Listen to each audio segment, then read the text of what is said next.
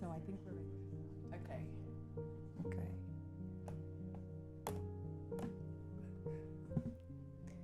Good morning, everyone, and welcome back to the IIPP Forum 2024, Rethinking the State, Driving Transformative Public Policy in the Era of Climate Emergency.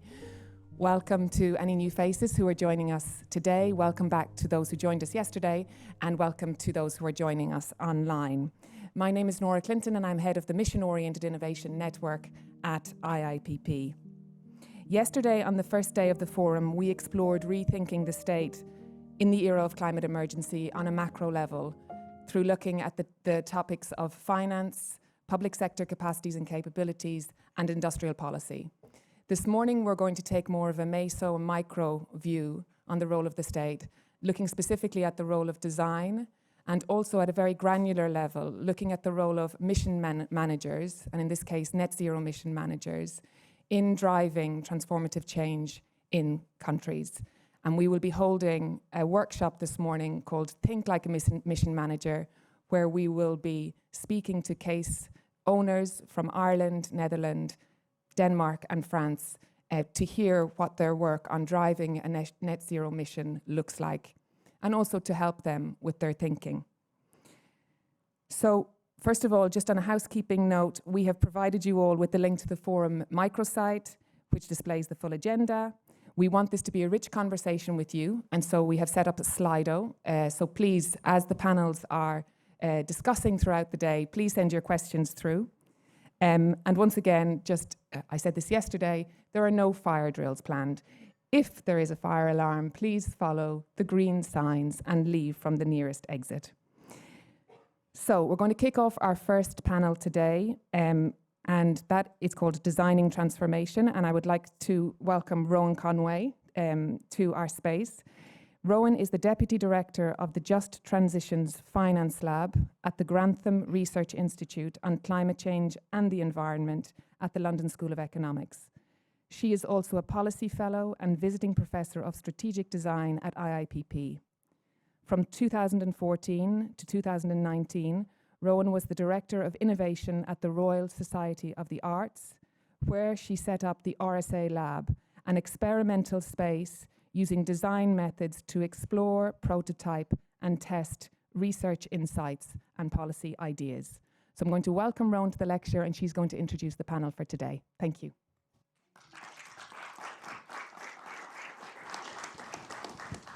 Thank you. Oh, you're taller than me, Nora. That's interesting.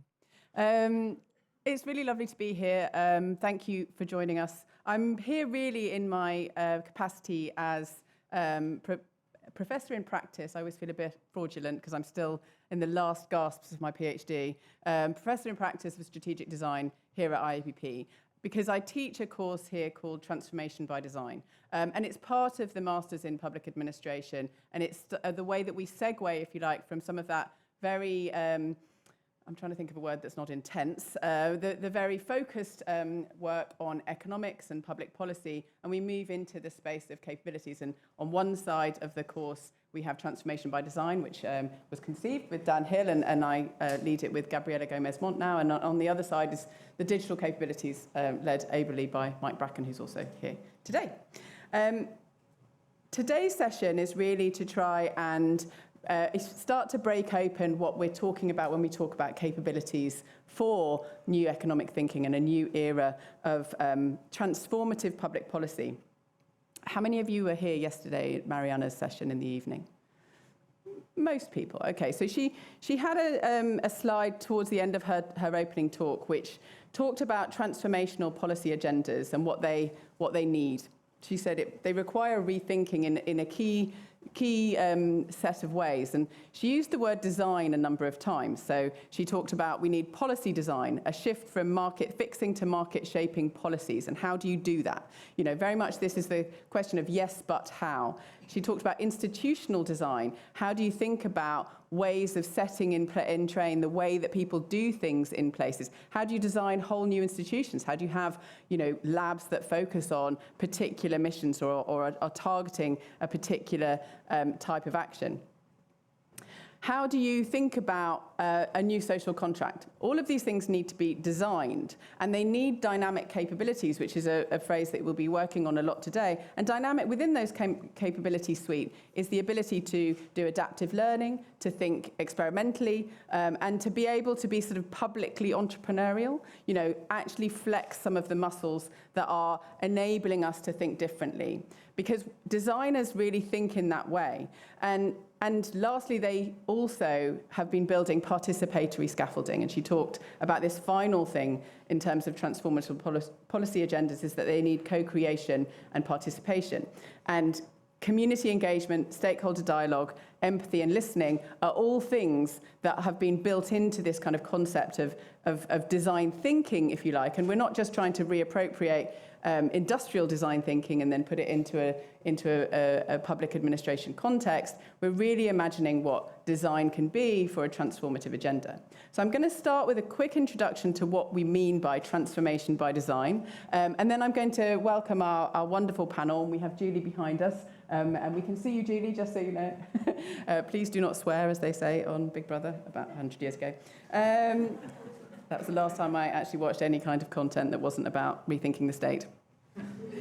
So, Stuart, I'm going to move the slides. Is that, yay! So what do we do in transformation by design? Well, we recognise that design thinking at a very basic level is a different way of thinking than our deductive reasoning that we would use when we're doing evidence-based policy making, when we're looking back to prove what we should do in the future. We recognise that if we are moving into an era of problem solving and we need new economics for problem solving, we will come up repeatedly against immune response to change, because the system is designed for an economic era which has got a century of economic precedents behind it. We've been doing things in the same way for this 100-year head start of our kind of system lock-in. This doesn't mean it doesn't work at a fundamental level. We do need to be able to do evidence-based policy making, but we also need to recognise that some of this is in a fixed paradigm. It says we put in inputs here and we get outputs here, and then this will result in the kinds of change we're seeking. And as Mariana has tried to break out, many of the sort of the norms and rules that apply to that, such as cost-benefit analysis, or the fact that you really need to stay within the confines of market fixing as opposed to be directional and shape markets, these things go outside of the way that you can actually practice. And design offers, if you like, a route to take this cognitive leap to start dealing with this future of unprecedented challenges. You know, it's an abductive way of thinking. It's a way of thinking about value creation through problem solving, and it creates space for ideation, systems thinking, and empathy. These are all the kinds of capabilities that we're trying to build into the next era. Because the question of yes, but how is the most important question for practitioners. You know, we need to think really deeply, and specifically those in public administration or in senior civil service positions, because if you're given a completely new mandate, we need to do this bit in the middle between, you know, here's what you need to do and that's what's going to happen. It can't just be, well, some kind of miracle will occur in the middle. Design can join up policy promises with innovation portfolios.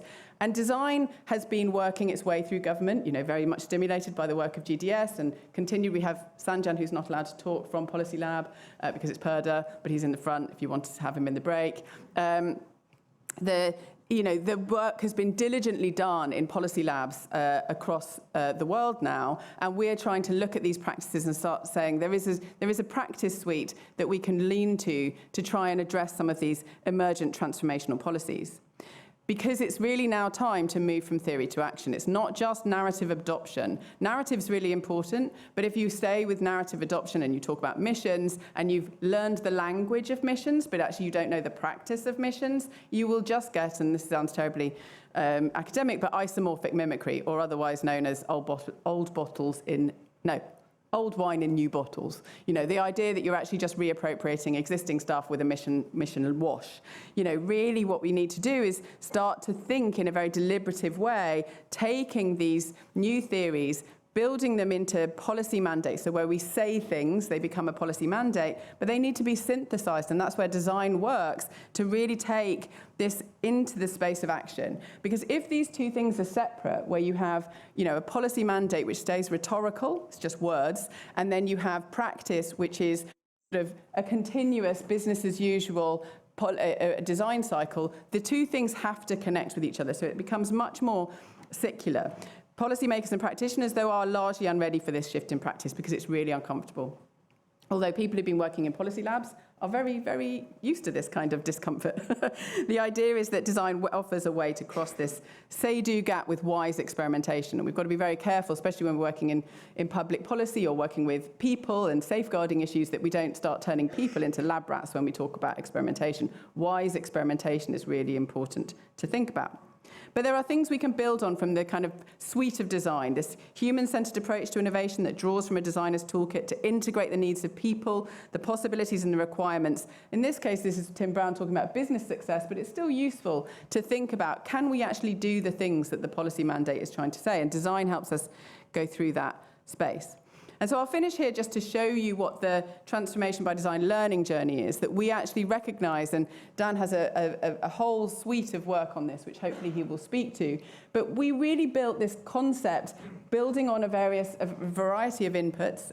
There are a lot of people thinking and rethinking design thinking and why it needs to be bigger than just user centricity and actually be able to account for this wider global grand challenge suite, thinking about inclusive policy design, thinking about co-design and the challenges that are inherent in that, and thinking about how you do wise urban experimentation. So what we're going to talk about today is really to build a bit of a kind of a window on the possibilities of design. So we're incredibly lucky to be joined by a panel who can talk about design, and they're practitioners in different spaces doing this work. So I'm going to move now on to introducing the panel, and I will segue very quickly to sitting in a chair. Can we move the slide on? Oh, no, I can do that.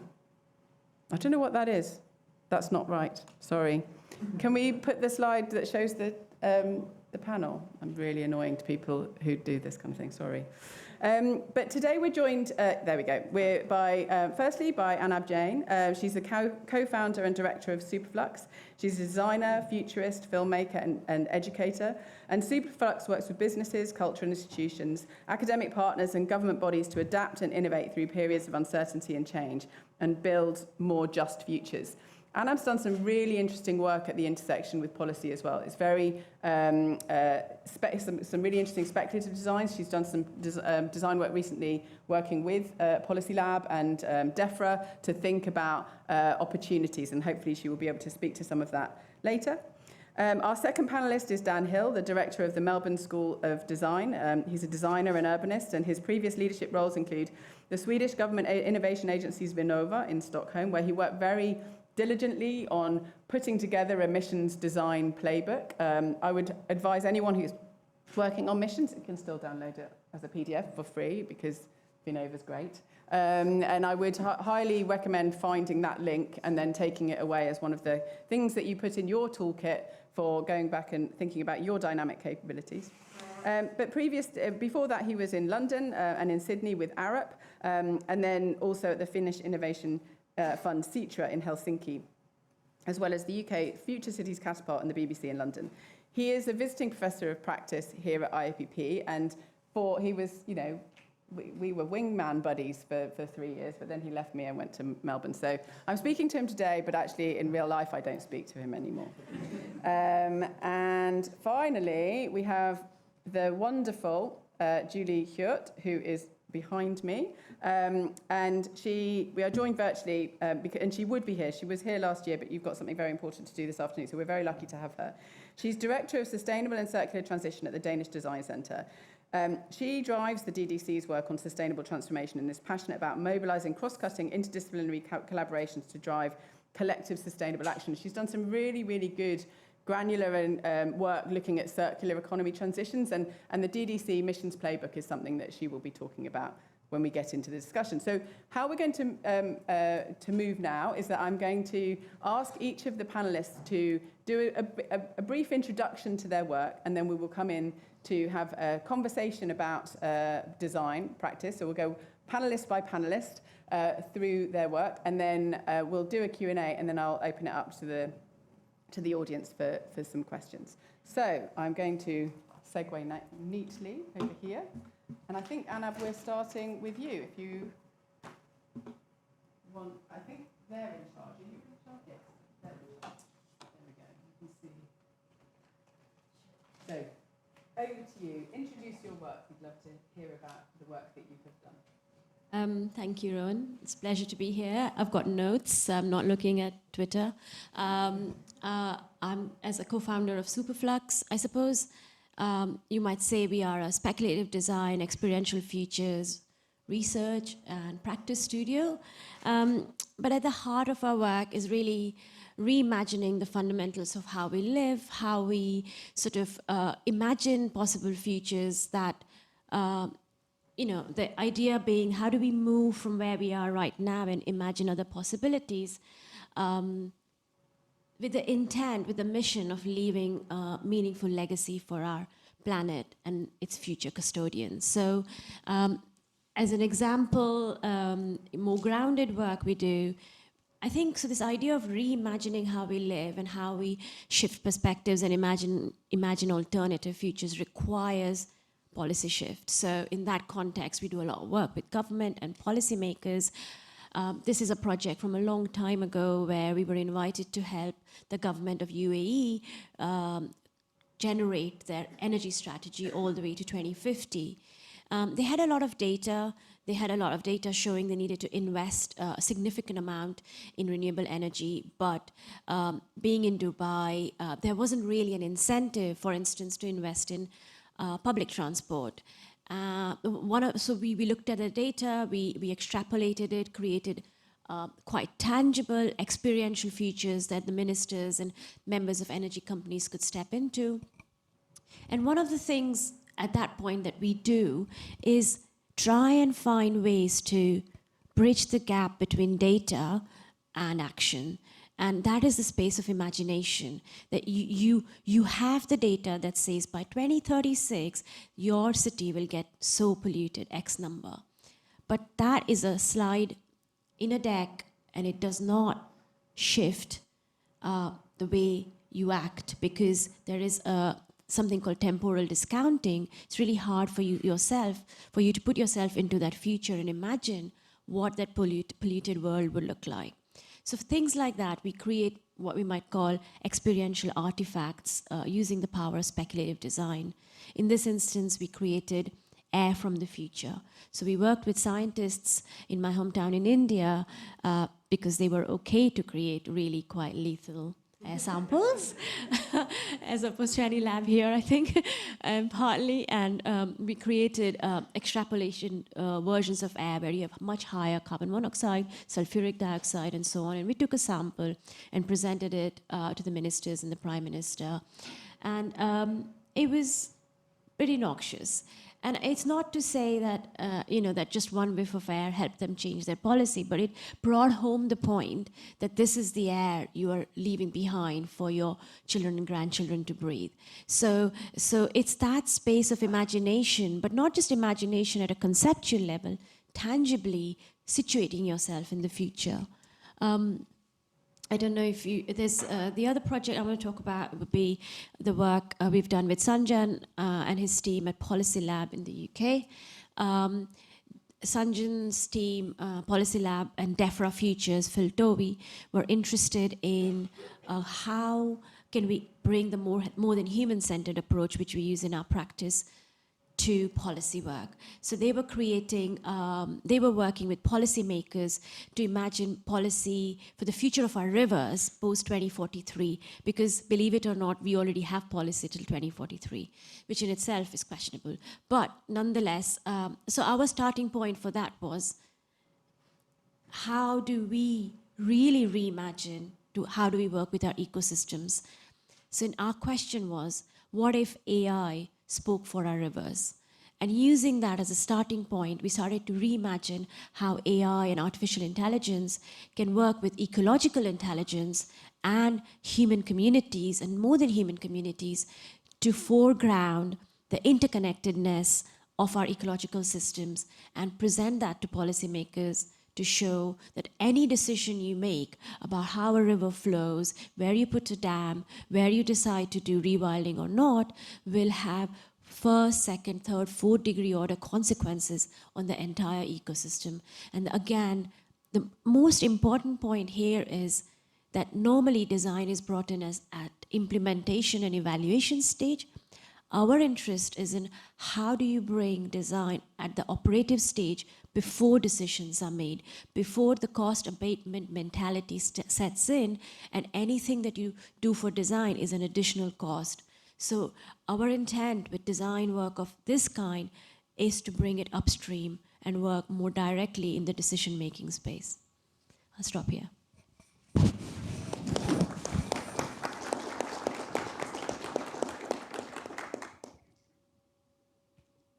Okay, so Julie, over to you. Yes. Can you hear me okay, guys? Yeah, you sound great. Okay. There's a bit of a delay. I'm just going to have to try to ignore that. I'm so sorry I couldn't be there. It's with a bit of FOMO that I'm watching you guys. I'm sitting at the Danish National People's Meeting on an island where 50,000 people meet. So I'm sitting in a Danish cabin, little cabin in the countryside, getting ready for a big people's meeting. But I'd have loved to have been with you guys. Just briefly, just a little bit about what I do at the Danish Design Center. First, the Danish Design Center is the national design agency in Denmark. And here we've been developing and applying a design-oriented approach to missions. So I wouldn't say that we own or lead missions being a small design center, but we've implemented our mission-oriented approach to how we do our portfolios in the organization. We counsel Danish organizations, government organizations in building missions, and we also collaborate with and build missions together with philanthropies in Denmark that I maybe will get back to later. But I will lead our work on the circular transition, and we have a mission to design an irresistible circular society. That's what we call it. And with this, we want to utilize the power of design in making design something that that we all want to strive for. That's all we're striving for. And I'd say, I think part of our success in doing this work on missions in Denmark is both, of course, and what we'll talk about today is that we've been able to apply design for a mission-oriented working. But I think it's also our position in the Danish ecosystem. We are a non-for-profit, part government-funded foundation. We work both for government in some cases, we work for industry, and we work with civic society. So we work in this really nice mix of bottom-up and top-down stakeholders in the Danish ecosystem. Okay, so let's go to the next slide, Rowan. So we built actually in collaboration with IIPP, with the placement students, a really great team. We built this very simple playbook model. Our playbook is way tinier than yours, Dan, but we've all read yours. And we've been thinking about this is how it's really not rocket science, this model, but it's really helping our work a lot in the day-to-day work on building missions, and it's also helping us in guiding other mission work. And we say that that in starting and launching missions, we need sort of three pillars. We need to be able to set a direction, and that's where I think ANAP has some really great examples to set a direction for this long-term impact that we wanted to create, reaching the target of the mission. And here we see that design has a really strong power in being able to imagine these systemic shifts by actually evoking empathy for the future, but also by challenging basic assumptions. And I think ANAP's examples are really great, using speculative design or strategic foresight to some way unlock different perspectives or ways of looking at systems as they are today, bringing in different perspectives. And I think design offers something really powerful. Like I see a lot of missions on a national or whatever level that, for instance, our Danish mission to meet the 70% reduction target of CO2 in 2030, and that is a really important and great mission to reach the Paris Agreement. But it's really hard to imagine what that means. It's hard to understand it, and it's hard to work towards it because it's hard to imagine it. So utilizing imagination for futures, I think, is a very big part of why design is important in transformation. Then there's the other part of being able to mobilize the ecosystem. And I think that's a really big part of how missions are challenging the work of policy entrepreneurs and government at large. This ability to be able to reach out into the ecosystem, to engage both public, private sector stakeholders, to create new collaborations, to basically let go of power, and to get people to collaborate in new ways. And here, you said it earlier really well, Rowan, that design can help create this participatory scaffolding. So actually, design has processes, tools, and ways to facilitate collaboration, tangible physical meetings between stakeholders, public, private stakeholders who work with different languages, different ideas, different mindsets, and to actually get working together. And then the last part of building missions is this idea of building capacity. So how do we actually build the new structure, the new economy, the new frameworks, new governance for reaching our mission targets? And that's why I think that design as this exploratory and tangible approach to taking that cognitive leap you talked about earlier, Rowan, is really important. And I think you can go to the last slide here, Rowan, because what we see when we're working with mission portfolios is we're working with some different kinds of attitudes. You can also call it levels, the in the meso, the macro, the micro level. But I think there are a lot of dilemmas when working with long-term systems change. We're working towards a future that's far in the distance. We have to be patient about understanding what difference it might create. But we're in a tons of a hurry. We're really in a hurry when we work with the green transition. We have to work now. We have to work fast. So there's a lot of tension there. We have to acknowledge that we're part of a very large transition, but we must, in order to actually grasp it, work in small steps. We have to be able to translate that abstract level of systems change and all the dimensions of how that creates new policy to actually concrete solutions. And there's these constant dilemmas of being quick, being patient. And I think what I see also working across both government and across industry and civic society, we see some people who are really who feel really comfortable in the first column, who are really comfortable in actually working. You see this really in bottom up civic grassroots movements, in working very concretely with new solutions, but they're very much within the realm of the existing systems, and they are potentially very incremental. And you see also a lot of people working towards systems change, towards new policy, new government, to working towards future. And then there's really a fear that we get stuck there in our longing for a future, in our exercising of our new narrative about how things might be. And I feel like there are very few people who are able to master this constant interchange between these two opposing, you can even call them schizophrenic ways of being. And I think design really offers something here. It's our sort of good old design thinking model of the double diamond is as Rowan also said, is expanded into different into new models. But this idea of constantly always balancing between a divergent and a convergent mindset, between an abductive and deductive mindset, is really powerful. And I'm not saying that all designers master this, but I think all designers are more prone to be able to work within these shifts. And I think it's also the job of government to be able to master this balance, I'd say. So I'll stop here. So there's room for more talking.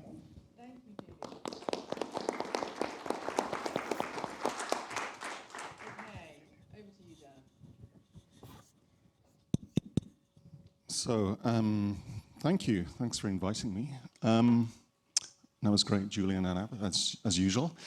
So, this is a picture of Kamakura in Japan, where I was last summer, and it was about 35 degrees centigrade, but it felt about 45, which is why that girl is holding a little plastic fan to her face. You saw them everywhere. And I wanted to just, sorry for all the text there, but I wanted to just be very clear to start with about the framing for the work in terms of the mess that we're in, and asking us to look at the data a bit before we move on to some, not solutions, but thoughts about projects and things that we could do one way or another. And I really just want to bring also the built environment, or what we called in Sweden, it's called livsmiljö, which means living environment, which I think is a nicer way of thinking about it. The environment we live in, but it's also made of living stuff, including us, but all the materials we use there. The built environment is arguably the most extractive sector. It's not really thought about in those terms, because we usually break things down into silos, and we talk about houses separate to transport, which they're really not. But it's about 37% of all emissions in the world just on the built environment side. Transport's about another 25%, so it's by far one of the biggest issues. All of that comes back to spatial planning, the way we lay out towns and cities, and spatial justice, and social justice are part of that.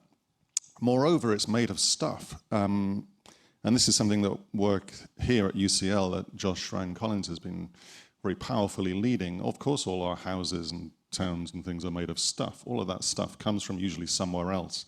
What Val Plumwood, the feminist Australian geographer, called shadow places, as in the places that make my cotton jacket, I don't actually know where that's from, to be honest. I know it's made in Italy, but it's probably from not Italy, probably Bangladesh, maybe Indonesia even, I don't know. And you think about this room, I'm sure probably nobody knows where all of the materials that make this room come from. Does anybody know, actually, just out of interest? Frustrating if somebody did. But they are all from somewhere else. And again, they're probably from places like Malaysia, Indonesia, Bangladesh, Pakistan, big chunks of Africa, big chunks of Asia and Latin America. So they are all coming from elsewhere, and they're destabilizing ecosystems, they're shifting people, they're having huge amounts of emissions in the process, and we don't account for them at all in any kind of national accounting, really. Never mind ethical accounting, if you like. So Josh Ryan-Collins and others here have worked out, if the UK built, for instance, its housing targets as of about a year ago, that would be the whole carbon budget for the UK gone just on those houses. So no carbon left for football or fishing or shopping or watching telly or anything else, agriculture, just making those houses. And again, that isn't really thought about at all, as if the housing policy is over here and climate policy is over here. And they're not. There's only one set of materials, really, that they're both pointing at. So we can't really carry on in that mode, right? The UK's electric vehicle strategy, all electric by 2050, all cars and trucks, would use almost twice the amount of the world's cobalt production, 3/4 of its neodymium production, whatever neodymium is, but I think it's very important in batteries. Most of its lithium is on just for the UK, so that's not including France or Germany or Japan or Australia or Nigeria or any of the other countries, right? So again, we're not really thinking about this stuff. Carbon in buildings has got to come down by about 90%. Denmark is, again, a leader on this, thanks to Julie and her colleagues there. But Denmark is about 4% circular, I believe. And that's one of the leaders here. In terms of its buildings, the reduction roadmap work, which is incredibly powerful, says that we need to drop embodied carbon from 9.6 kilograms of embodied carbon per square meter down to about 1.7. So whether you know what that means in terms of buildings doesn't matter. 9 coming down to 1 is what you need to think about there. 90% drop. As our friend Indy Johar says, anybody, if you're in business, said, we need you to change your business by about 90%, they'd say, well, that's a new business at that point. That isn't the same thing at all. And that, by the way, is including not producing 3 million square meters of housing, but 300,000. Only if by reducing the amount of housing and completely transforming the way we do it, does Denmark stay within planetary boundaries, i.e. the Paris Accord that we've all signed up to. And that's Denmark, and they're really good at this. So we have to work incredibly hard, and want to make the point that design needs to grapple with these things, the living environments, the places we produce. And often design, in this context at least, has started with things like the amazing work that my government digital services and so on are carrying on now with people like Sanjan here in the UK. And that is absolutely trailblazing work, but needs to carry on through all of the other bits of government. It can't stay at the, as Mike knows full well, the gov.uk end of stuff. For instance, making it easy to get a driving license application, one of the things that Argentina's government did very well. In fact, we probably need to make it harder to get driving licenses from a built environment point of view, not easier. So this is the real challenge. It's not in the service design of iterating the process, again, as Mike knows full well, it's actually into the policy making behind it. Now, I don't mean making driving licenses harder through failure demand. That's a really bad idea. But nonetheless, rethinking the concept of this stuff. So next slide, please. I'll do this very quickly. So here's a bunch of projects which show elements of that, and I'll kind of cycle through them. The top left-hand corner is what we're doing with the Victorian government now, looking at housing policy to try and tackle this planning and housing together at the same time. So we built a digital twin there with the Victorian government that finds existing places in existing towns that are near to existing things, like kindergartens, employment centres, schools, green space, etc., and then looks at what kind of housing you could build there that's circular biomaterials, well-produced, maybe made locally, could be self-built, like this one here, or a WikiHouse type cluster. And there's a model there that's kind of outcome-based planning. How do you make healthy, sustainable, affordable housing, as opposed to continuing to sprawl, which the UK does, Australia does, par excellence, but most countries do that as well. Bottom left-hand corner, we're looking at creek systems. If the sound was up, you'd hear a lot of frogs, but I'm sparing you the frogs. That's a community regenerated creek in a running through a bit of Melbourne called the Merry Creek. We've been mapping all of the creek systems, all of the hidden and usually culverted or in other ways knocked about rivers and creeks that cities are built upon. London's full of them, like the Fleet and others that run through it. And looking at how would you begin to open those up through community-led regeneration at one end, but also working at Melbourne Water and the scale of the government at the other end.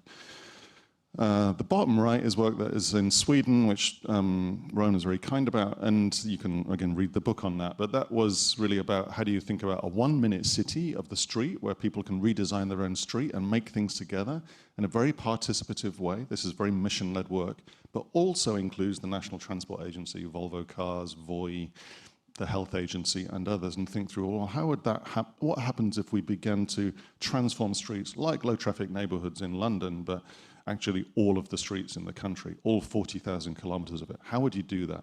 Where it's participative and citizen-led, and at the same time doing system change around parking space laws and stuff like that. And the top right, that strange black mass there, is composting food waste. And that's what we're doing in Japan now, looking at the slowdown culture that's happening there in one of the most high-tech nations on earth, Japan, is also, because of population demographics, beginning to reduce its population. So by 2033, about 30% of the households in Japan will be empty. So that's in less than 10 years, 30% of the households will have no one in them, which is an extraordinary thing, leaving aside some changes in immigration policy, which look unlikely. So that's extraordinary, because what's beginning to happen in regional and rural Japan is interesting things. Circular biomaterial, almost barter-based economy systems where you have people actually getting into now empty schools because you can buy them for a few quid, basically, and begin to start up a kindergarten in them, but working with local farmers around circular food loops. All of those things are happening completely at the same time while the Japanese government is trying to figure out who's the next Sony and Toshiba and NTT and so on. So both of these things are running simultaneously in Japan. Last slide, please. Ron. So what we're looking at then is this kind of nested interdependent systems and spaces, technologies and cultures up and down these scales. So the diagram that Rowan showed on that side there has this sense of how do you work at the thing, the space, the service and the system side, and then the system side. And there are disciplines and perspectives that tend to gravitate into those boxes. Interaction design, digital design usually is in the left-hand side of, am I doing that the right way around? Yeah. The thing end of stuff. Uber is a good example. The interaction design of Uber, very, very good, I would say, as a former interaction designer. Can't really fault it. The service design layer works well, albeit with tons of VC capital in it. But when you get to the city scale, it's a flashing question mark. In fact, it's a disaster. Uber has increased congestion by as much as 50% in cities like San Francisco, which already had a congestion problem, which has led to direct increase in deaths and carbon emissions, which are attributable to the ride-sharing businesses. So you can't any longer stay at the interaction design end of stuff, if you like, the thing end of things. They do have material effects all the way through the system, as we know. Tech startups tend to pick off the low-hanging fruit of that left-hand side. They try not to do Transport for London because they can do Uber, basically. The real challenge is doing Transport for London with really good interaction design and service design. Completely doable, but you have to join that diagram up a bit. And on the right-hand side is a sketch of what that might begin to look like. At the 1 minute city, you've got systems like bikes and walking and things like that. Citizens can be highly involved in those things. There's a participative decision-making culture there. The right-hand side, a subway system, that isn't something that a bunch of citizens, if we decided to do in this room, we can't just make a tube system, right? That is something that takes governance, it's high liability, high cost, it's billions of pounds. We have a representative elected officials to look after that with expertise and long-term planning and so on. And you've got a messy, interesting bit in the middle, typically sort of 15-minute city, 30-minute city, if you like, where these systems collide. And that's not literally collide, hopefully, but where they interact. The more bikes you have, the more trams you have, the less subway you need, or they can complement each other. With energy, the more things you have on the left-hand side, the microgrids and so on that citizens can do themselves to some degree on their rooftops. You need less of a regional grid on the right-hand side, but you still need a regional grid for backup, resilience, equity, peak load, all of those things. And you need energy companies for that scale of thing, one way or another. So this is the balance, right? I've done 15,000 versions of this diagram. Football, you can have a game of street football on the left-hand side. The risk is low. The risk is basically I'll sprain my ankle or break a window. If you're making football at the scale of 60-minute city for hundreds of thousands of people, that looks like a national stadium. That costs 200 million quid. It takes ages, right? It's a slow process, so you need careful, deliberative decision-making at that scale. And then you've got the interesting bit in the middle, school playing grounds and community centres, things like that. So you can take these scales very materially into something that then connects technologies, materials, and what I'd call cultures of decision-making, balancing participative and representative models, and start thinking through your services, your systems. How do we interact with people up and down those scales in that way? So this is using the built environment in a literal sense. I'm talking about real physical things here, like Uber. It's a real car that turns up. It's not a digital car. But it's also using scale to kind of foreground these questions of materiality and ambit and who's in charge of what and who decides. I think I'll leave it there.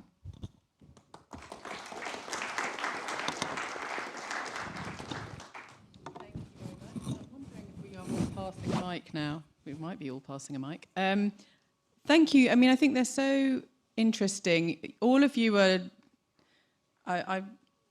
I'm shying away from the word vanguard, but you are all at the kind of you are embracing these issues of really complex issues of climate change, circular economy, really grappling. I mean, both of your examples were incredibly visceral, talking about actually, I mean, toxic air, talking about thinking how people live and trying to get people to think expansively and temporally. My sense is it's very hard to do this, especially in a time when, while we're being asked to understand these much bigger concepts than business as usual, at the same time, we don't necessarily have the dwell time to be able to really pause for thought and understand them. So, I mean, I'll go to you, Anna, first to really think about strategic design, and policy design, if they're starting to really try and engage with these bigger issues. Specifically, we've talked about climate change and climate emergency. What have you seen in sort of the practices that are needed for people to really understand it? You talked about, I think, what did you call it, a temporal leap or temporal discounting? What kinds of things are you doing to support systems change or rethinking how people think? I'm really interested in how we change our cultural infrastructure. So, you know, you have what you see by and large is everybody's there. There's a problem. All right, let's levy carbon tax. Which country would put their hand up and say, right, we are going to levy carbon tax? Nobody. So if you look at the world in these complex systems, they are like multipolar traps. And essentially, and I've been talking recently around circularity to a bunch of companies, and after months and months of an organization working with them to get them to apply more circular and regenerative principles, it's really hard. It's really hard till everybody does it. Because if one person does it, they know there'll be at least one person who will not do it, and they'll make the profit, and they'll go for it. And then everybody else will follow. And the problem is, however much you try and create change within complex systems, unless you don't change the fundamental landing pads in which these changes will land, which is our cultural, emotional, spiritual infrastructure, we cannot affect change. And that's the piece of work I'm interested in. It's like, and that is the space of moving emotionally, spiritually. I was in Bhutan last year, and that really sort of left a lasting impact. Where you see, of course, it's got one religion, but you see the sacred ecology is part of the infrastructure of people's lives and how they live and approach things. So it's not like there's a carbon tax being levied. I will look after my forest. I will look after my river. I will worship my river. There aren't these separations. And I think specifically in the Western culture, we've moved so far from some of these interconnected ways of living and being that we need to then find rules and regulations and systems and ways to try and bring that. And I'm trying to come from here and pushing this space of storytelling, imagination, emotional being, our interconnectedness in ways that we will want to embrace that change. I think that's really interesting because you're trying to, or you are addressing the kind of, it's not just being empathic with someone you're trying to change, you're actually engaging in the change yourself. And I think that there's an interesting break that we need to do to really embrace what is it, not just to tell other people or see other people as levers in a system that you can move, but actually to do that genuine empathy and compassion for the changes that we're asking people to make. I'm interested, Julie, to ask you, given that you, as Dan said, Denmark's the best at things like circular economy, he rather queued you up for that. What do you think the conditions are for making these kinds of broader thinking about systems change and the design approach that you used? Why does it work in your context? Well, I think we should just start by settling that we're not the greatest at circular economy. We have, we're one of the countries in the European Union with the highest material footprint. It's over 24.5 tons per person. And I think, the sustainable average is 8. So I think we're really far on our green strategies, on our climate strategy. We spearheaded wind technology. And I think we've actually managed to create, let's see how it goes in the coming years, but a government and a narrative about sustainability being a driver for and our 70% target for CO2 reduction to be a driver, and that's what we've been good at. I think we really have a long way to go when you look at our consumption use in Denmark. But I think we've been able to create some framework conditions where this is making, maybe it's sounding a little bit silly, but we're giving people an excuse to do the right thing. Sometimes I get a little bit tired of, we keep talking about our poly crisis and the complexity of problems, and sometimes there are some really easy answers to these really complex problems.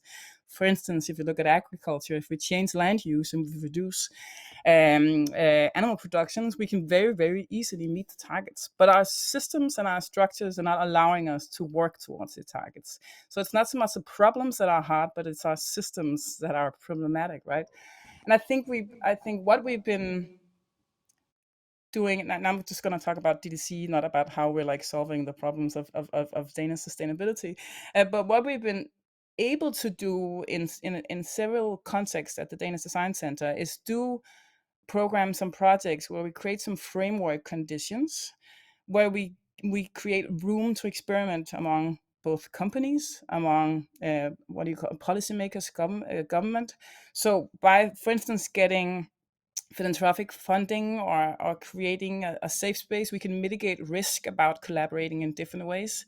We did we got together. We did a collaborative effort for 8-year-long project. It's a mission-oriented project to transform the manufacturing industry in the Danish design in Denmark, focusing primarily on circular economy, but also on climate. And it's an 8-year-long project and with 8-year-long funding, but it's organized in these 2 years program periods where we're basically doing tons of experiments. We're gathering a lot of insights from these experiments, and depending on these insights, we build new projects, we do new experiments. We have a board organized around this program of independent people who are basically there to look at results from how we interact with the industry and to set in new projects. And what I think we've been working hard at, it's not like it's perfect, but we've been able to create some sort of framework conditions, some governance conditions around our work, where the primary focus is on the results we're creating within the companies across the value chains. We're trying to take away all sort of organizational leverage, organizational power. We're trying to take away all these like traditional dynamics that are problematic when you work towards change.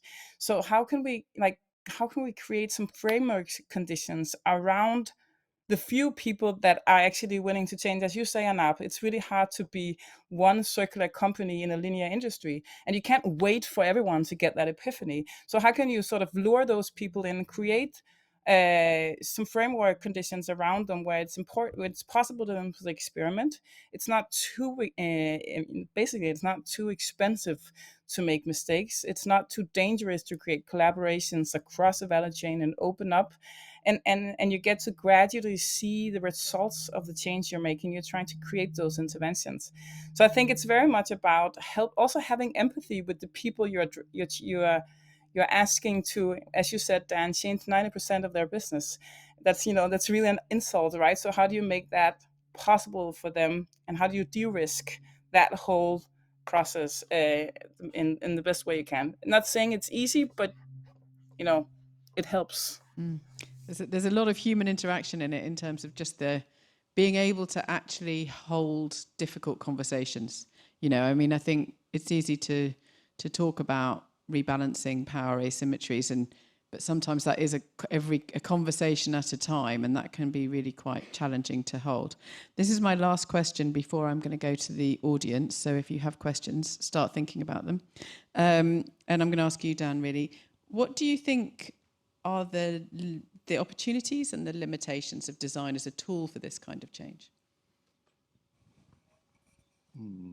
Good question. It's just design, I would say. It's no silver bullet, right? I think there's a great designer at IBM called Tom Moran who said, design is a humble trade, and that isn't how designers sometimes act, some designers. And it's often had a problematic depiction, but at best it is very humble, actually. So all it can do is integrate and invent and trigger something.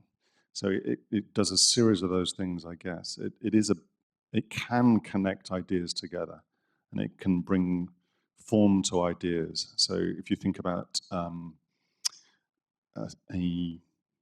cultural idea or a societal idea like justice, we express that in the form of something like the design for a courthouse or a justice system.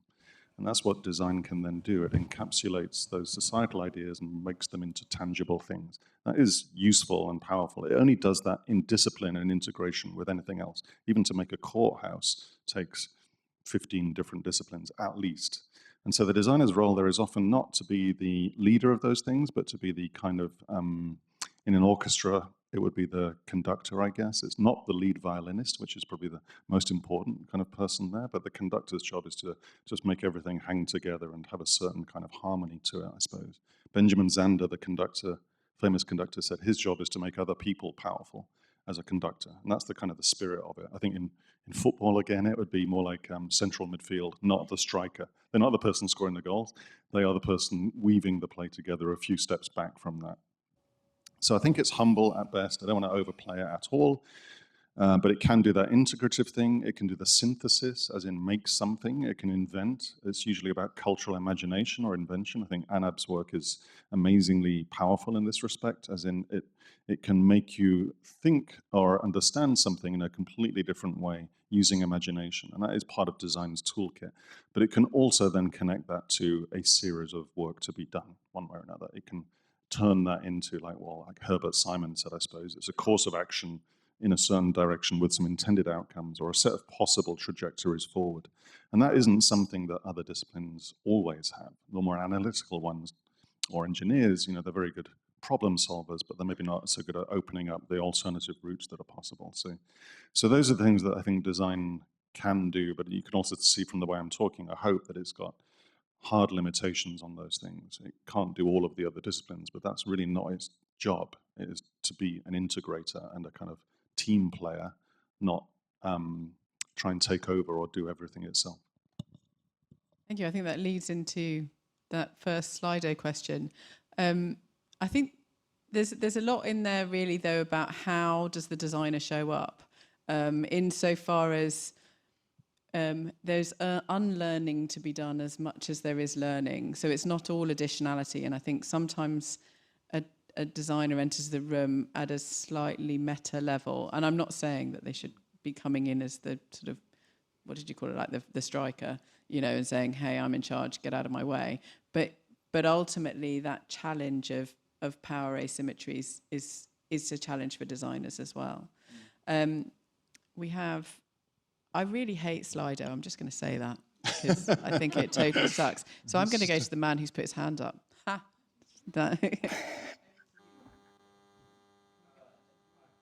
And then I'll go to the Slido.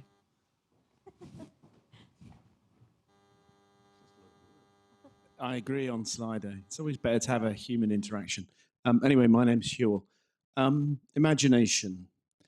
If you look at, I think in the Fukushima disaster report, there's an observation about the designers or the builders had a lack of imagination about what nature could do.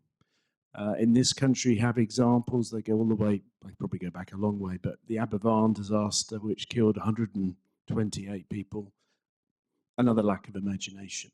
How do we, in a sense, instill or encourage imagination in the vast majority who don't seem to have any? And I do like your poison gas experiment. Maybe that's part of it. So prompting imagination, how might we encourage people to think a bit differently or... I'm going to pass that over to you, Anab, because of, I'm not sure about the idea of poison, but... I mean, I couldn't agree more, and yet it's a difficult question. Just to be controversial, I'm not so interested in design thinking as such. I'll just put that out there. I'm really interested in cultural change, and I do believe that systems change cannot happen without.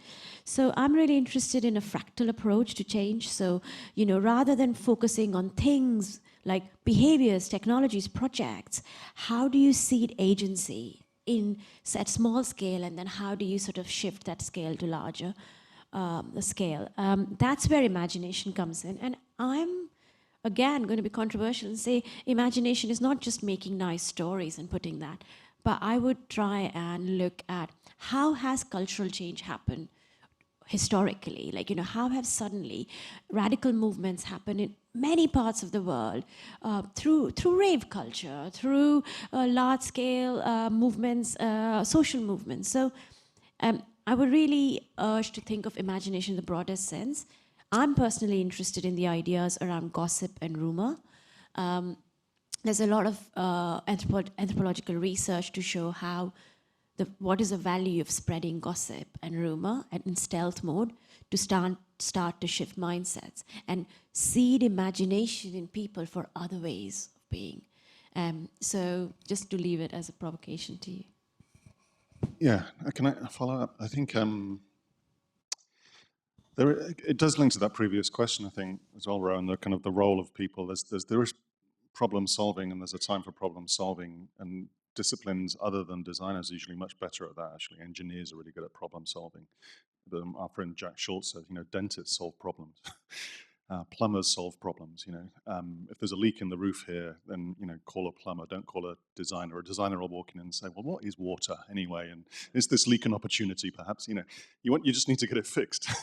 So you got to know what mode you're in. But there is this point about opening up ideas for that, and I think. Quibble slightly with the way you framed it. I think people have boundless reserves of imagination. I think it's like a renewable energy source, to be honest. It's entirely within everybody. And actually the references you just made around popular imaginative movements, like you see in culture all the time. Culture is what people do. That is what we do. We are nature, we use technology, we make culture. And that shows really the unlocking is what we need to think about, or how do we create an environment where people can begin to explore together. So the Swedish stuff, really, the streets thing, was about how quickly can we get to a street in Sweden and put that on the table with some 6-year-old school kids, actually, and say, you designed the street, it's yours. It's public space, it belongs to the public, we host that environment. And no one had really ever been asked that in that environment. I mean, I'm sure most people here, you've probably never been asked about the design of your street, the street that you live on that belongs to you, probably, almost certainly. But do you really get to engage and unlock, well, what if we could have, slightly fewer cars and more trees and some benches and a playground and a sandpit and things like that? Given the choice, that's what people did. They just never given the choice. And so not given the choice to exert their imagination, you end up with cars. So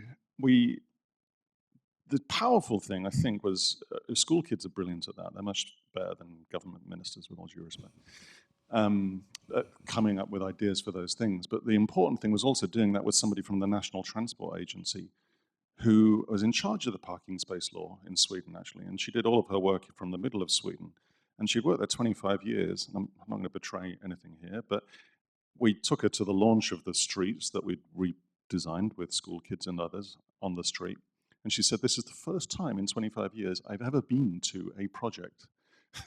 I've ever been to a street in Sweden that my work has been to do with as a project, right? Never talked to people, never been in that environment. And she'd been sort of sitting in the equivalent of Whitehall, drawing up regulation for a very long time. So there's imagination at either end of the spectrum there. The school kids can do it very well. You just need to give them an opportunity, and then the residents around them. Given the choice, people are incredibly imaginative and sensible, by the way, at the same time. They'll come up with entirely reasonable things, but changing the system. The trick is also doing it with policymakers, civil servants, and others who have also been told not to be imaginative. Both of them can do it, but you need to find the excuse to create the environment or the forum to have that opportunity for imagination. I think you kind of signaled to that second question, and I might put that second question on the Slido to you, Julie, about how concepts of design thinking normally received in your experience in policy context. I'm very dyslexic. If you do that, make it bounce like that. Yeah, I have no idea what will happen. Yeah. Okay. Okay, top question now. So. Yes. I think that, I talk very little about design thinking as a practice. This is, one of those few debates where we get to sort of really, just dive into it, because I'm here with like fellow designers. But I think it's more about applying the practice. It's in a policy context. And it's also really hard because there's a resistance. But I think what we can do, for instance, with speculative design, we can ask some really interesting how might we questions that hadn't been thought of. We can be able to we can facilitate conversations that create a different environment among people, among trust.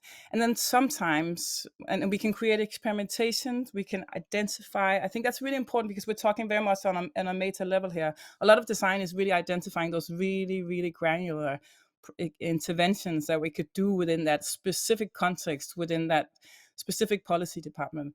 And then sometimes I say, this was design and this is how we work and this is the process and methodology. It's really not very important. And I think, and there's something interesting if we really want to sort of use design to its fullest. It's important to call it design. Is it important to call it design thinking? I think it's more interesting to embed these, these elements, these skills that Dan is talking about, and Ab and Rowan and I, into the political entrepreneur, to ignite imagination, to think about participatory collaboration, and to bring in designers, of course, professional designers here.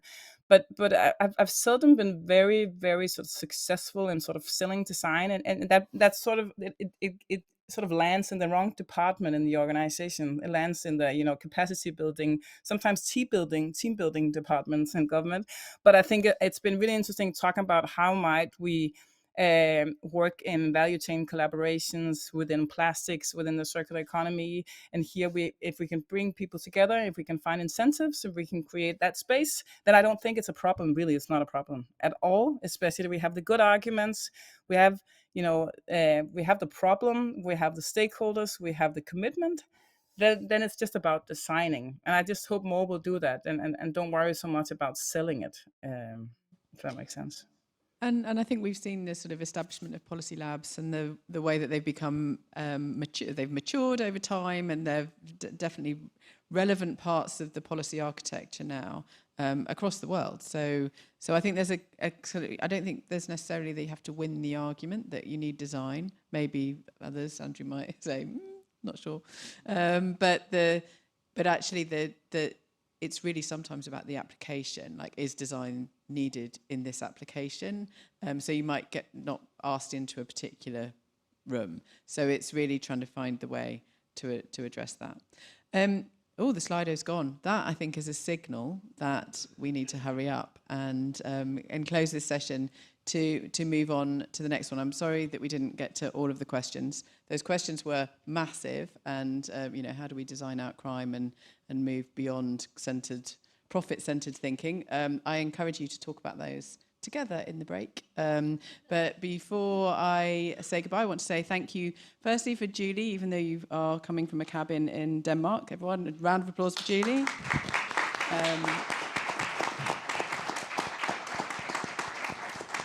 You're all going to get your own micro round of applause. A round of applause for Anna, because she's wonderful, does spectrum design. And finally, the last words he'll hear from me, because from now on again, I'm no longer speaking to Dan Hill. And a round of applause for Dan Hill. Thank you. And to Rowan.